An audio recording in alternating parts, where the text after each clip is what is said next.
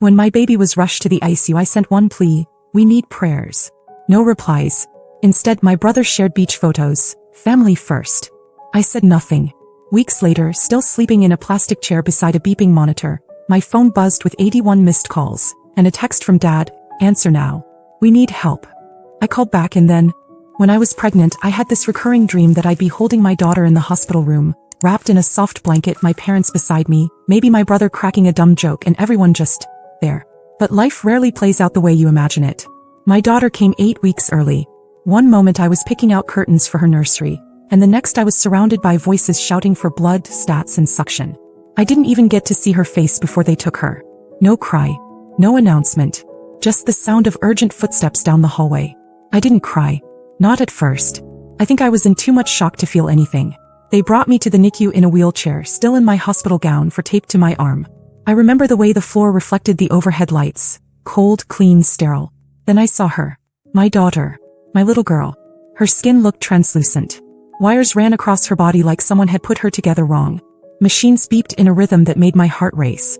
I sat down in the hard plastic chair beside her tiny bed, hands still trembling.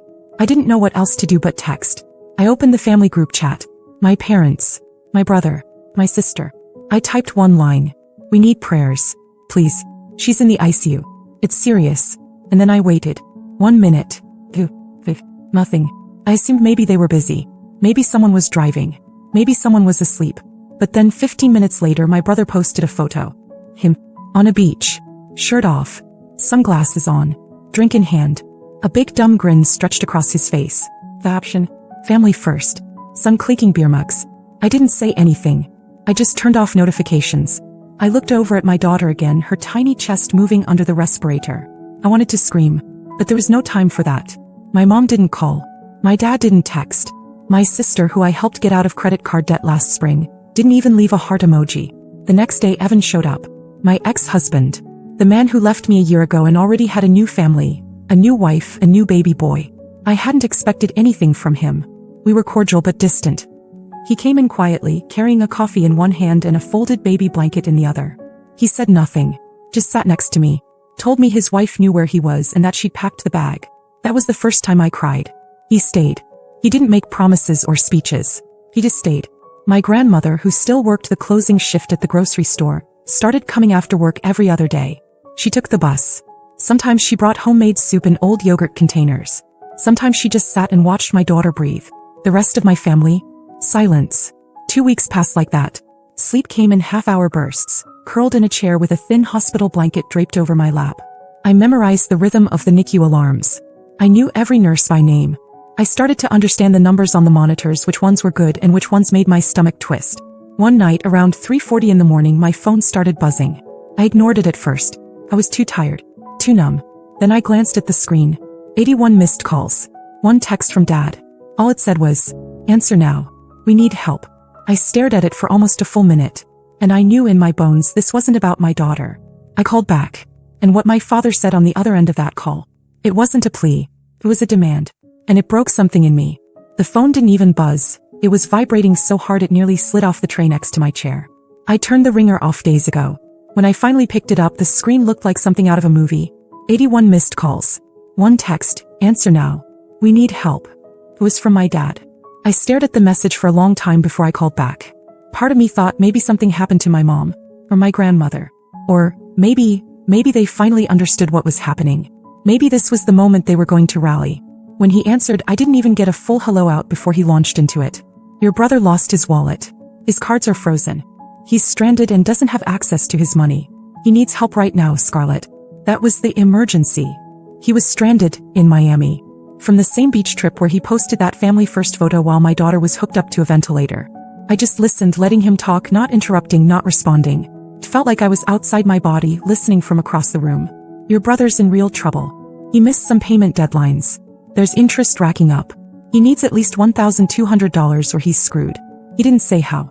Just screwed. No details, no context. Just the number. I waited for the question. For him to ask me how the baby was.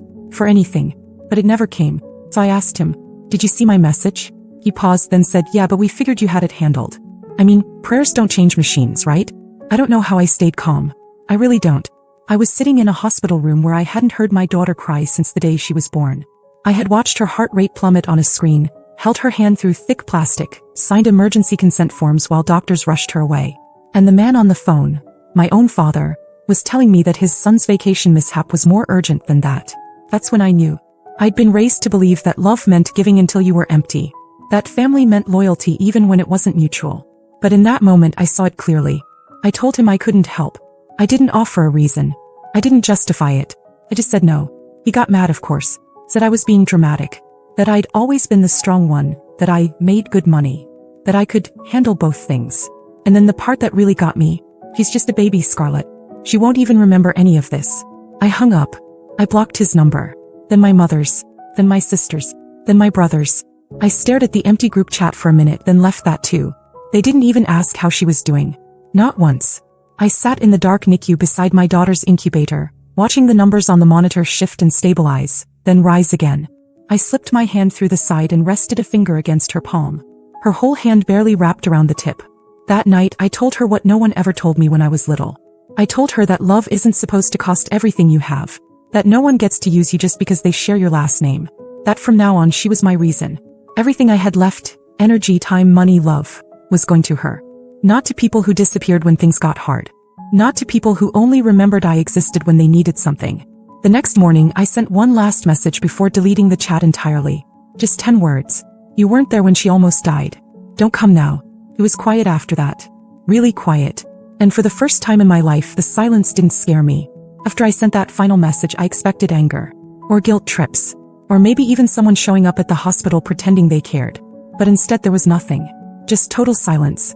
And it confirmed what I already knew. I'd stopped being useful. And that meant to them I no longer existed. For 2 more weeks I stayed in the NICU. I lived in that stiff plastic chair, washing my face in the bathroom sink and changing clothes in the supply closet when I could. The nurses were kind. One of them started bringing me snacks from the vending machine without saying anything. Evan came every couple of days, checking in, bringing fresh clothes or food. He never asked questions. He didn't have to. My grandmother showed up every other evening. Even on days she looked like she could barely stay awake, she'd come sit beside me, knitting or flipping through magazines she brought from home. Meanwhile, not a single word from the rest of my family. Then 2 days before my daughter's due date, the doctor told me we could start preparing for discharge. He was strong enough. Gaining weight.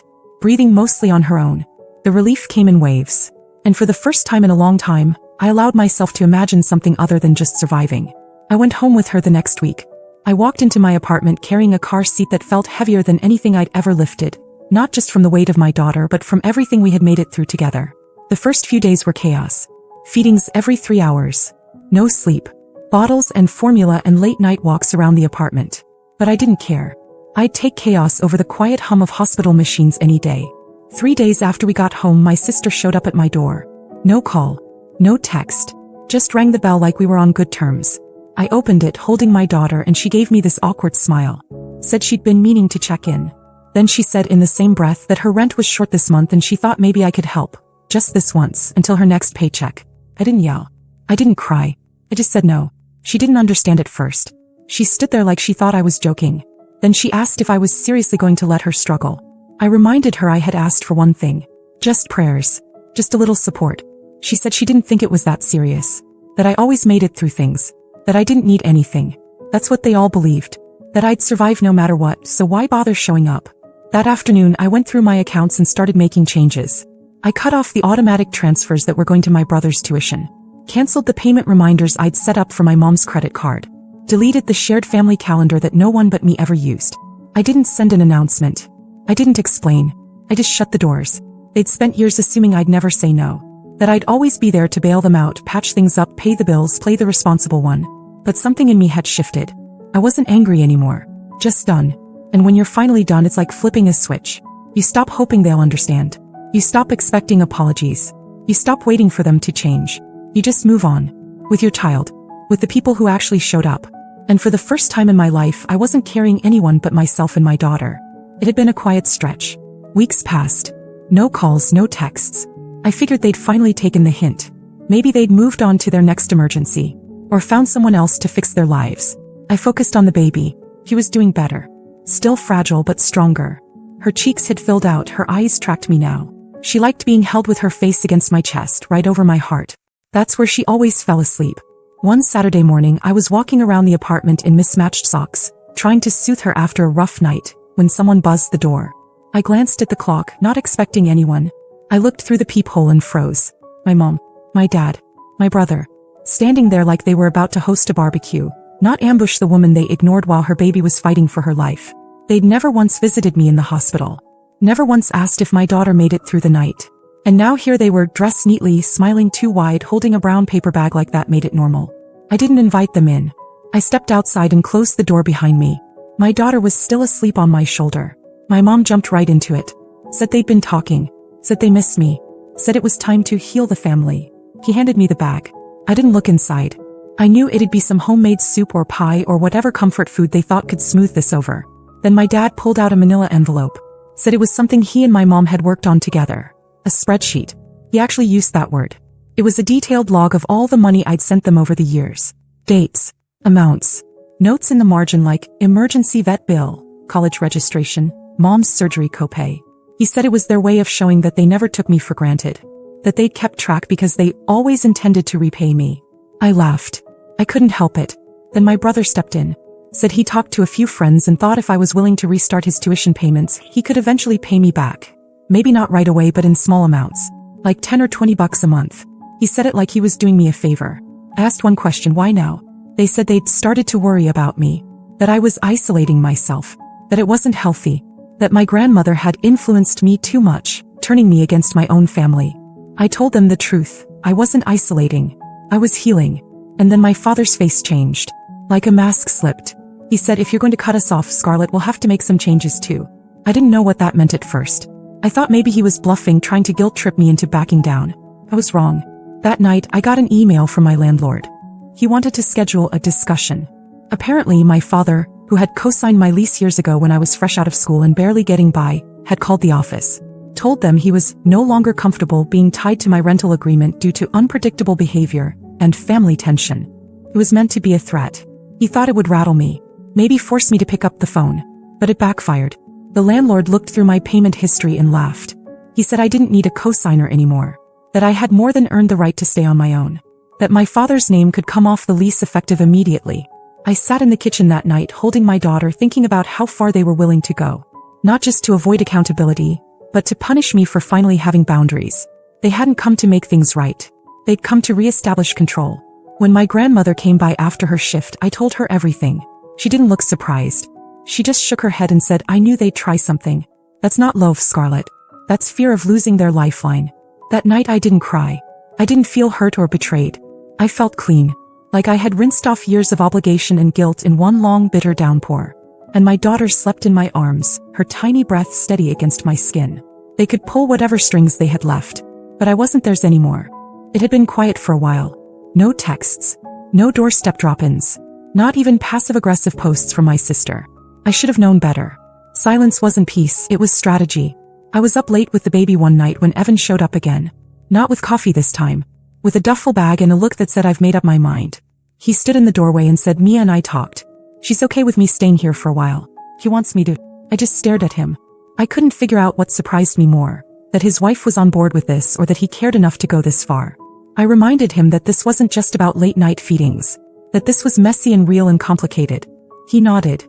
Said he wasn't here to fix everything, just to help me survive it. So he moved in. Not into the bedroom, into the kitchen. Literally. We set up a fold-out mattress between the fridge and the wall. He never once crossed a line. Never made it weird. He just became part of the rhythm. He cooked. He rocked the baby when I couldn't keep my eyes open. He fixed the leaky faucet without being asked. And every night when things finally quieted down, he checked in, not with big talks, just, you good? And most nights, for the first time in a long time, I was. My grandmother started coming more too. She'd bring a worn duffel bag of her own, filled with knitted blankets, soup in old containers, and a crossword book she barely touched. He stayed weekends, sometimes longer. We didn't ask her to. He just knew. We never called it anything, but we were becoming a unit. And for a while I almost forgot about the outside world. About them. Until they reminded me. It started with whispers. Neighbors saying my mom had been seen outside the building again. Then a woman I barely knew from church years ago messaged me online. Your sister says you've been going through something. I hope you find your way back. I didn't respond. I didn't need to. But then one afternoon, someone buzzed the building's front door nonstop until a neighbor let them in. It was my parents and my brother. I opened the door just a crack. My daughter was sleeping in the bedroom. My grandmother was in the kitchen with Evan. They stood there like they were staging a scene. Smiles too big, arms full of bags, food, envelopes, even a box of old baby clothes I'd handed down to my sister years ago. They said they missed me. Said they wanted to come back together and heal. Then my mom handed me a manila folder. A spreadsheet. It was a list of every financial contribution I'd made over the past 10 years. Labeled, dated, categorized. My dad said they'd been keeping track to show how much they valued me. My brother added, "We know we've leaned on you, but now we want to fix it." Then he handed me a tiny envelope. Inside was $60. They said it was a first payment toward everything I'd done for them. I stood there holding that envelope like it was a joke. Because that's what it was. They didn't come to make things right. They came to buy their way back into my life. On their terms. When I said no, my father's smile dropped. He said, "If you're going to cut us off, Scarlett, don't expect us to keep pretending everything's fine." They left without another word. I thought that was the end of it. Until 3 days later, Child Protective Services knocked on my door. Anonymous report. Unstable household. Unclear custody arrangements. Suspicious male presence. I knew exactly who it came from.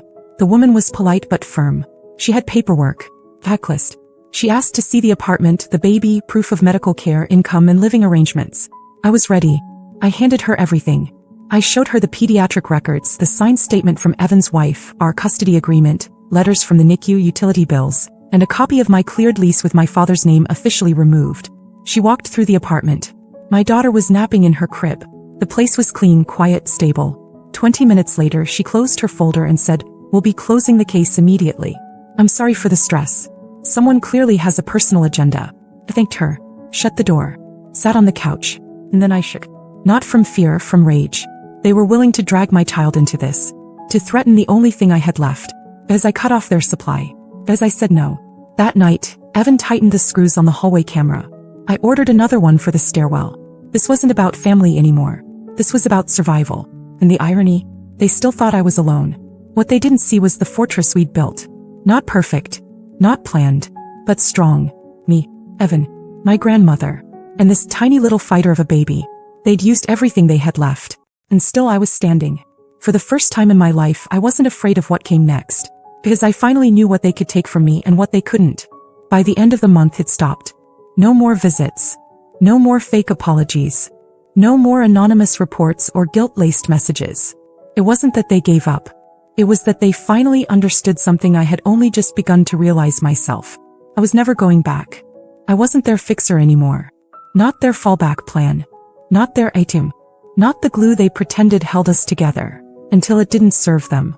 My daughter started smiling around that time. Real smiles. Not the gas or twitchy half-grins from the NICU, but wide, gummy expressions that melted me on the spot.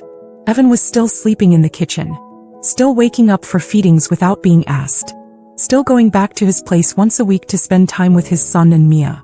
But he always came back. He kept his promises. There was no weirdness between us.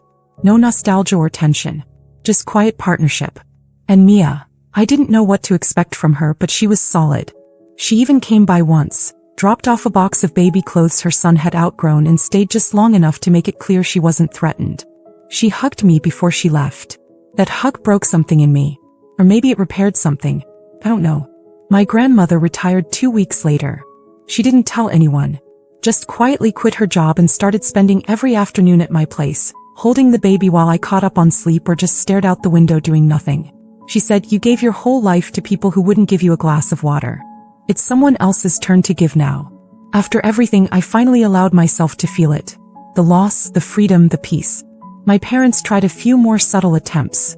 Birthday cards in the mailbox with $20 bills, emails pretending nothing had happened. I didn't answer. I didn't even open the cards. One day I got a message from my brother. Just one sentence. "So you really chose strangers over your own family?" I didn't reply. But in my mind I did. They weren't strangers. Not Evan. Not Mia. Not my grandmother. Not this tiny little human I carried through hell. You don't get to claim family when you only show up for the benefits. You don't get to cry abandonment when the only thing you ever gave was a list of needs. Weeks passed. Then months. No more surprises. No more ambushes. I took photos of my daughter every day. Made prints. Framed them. Evan hung them around the apartment without asking. Above the sink in the hallway by the crib. The space started to feel like home again. And I did something I hadn't done in years. I breathed without waiting for the next crisis. This wasn't a happy ending in the storybook sense. I didn't win the lottery or find true love or reconcile with my parents over coffee. But it was real. I had my child. I had safety. I had people who showed up. And I had peace. That was more than enough. It's been a year now. 1 full year since the NICU, since the hospital chairs, the beeping monitors, the missed calls, and the silence that said more than any words ever could. My daughter just turned 1. She's small but strong, all energy and curiosity. She likes to climb things she shouldn't, throws her food with Olympic precision, and somehow knows exactly where I've hidden my phone no matter how clever I think I've been. Her laughter fills every corner of this apartment. She's alive, she's healthy, and she's mine.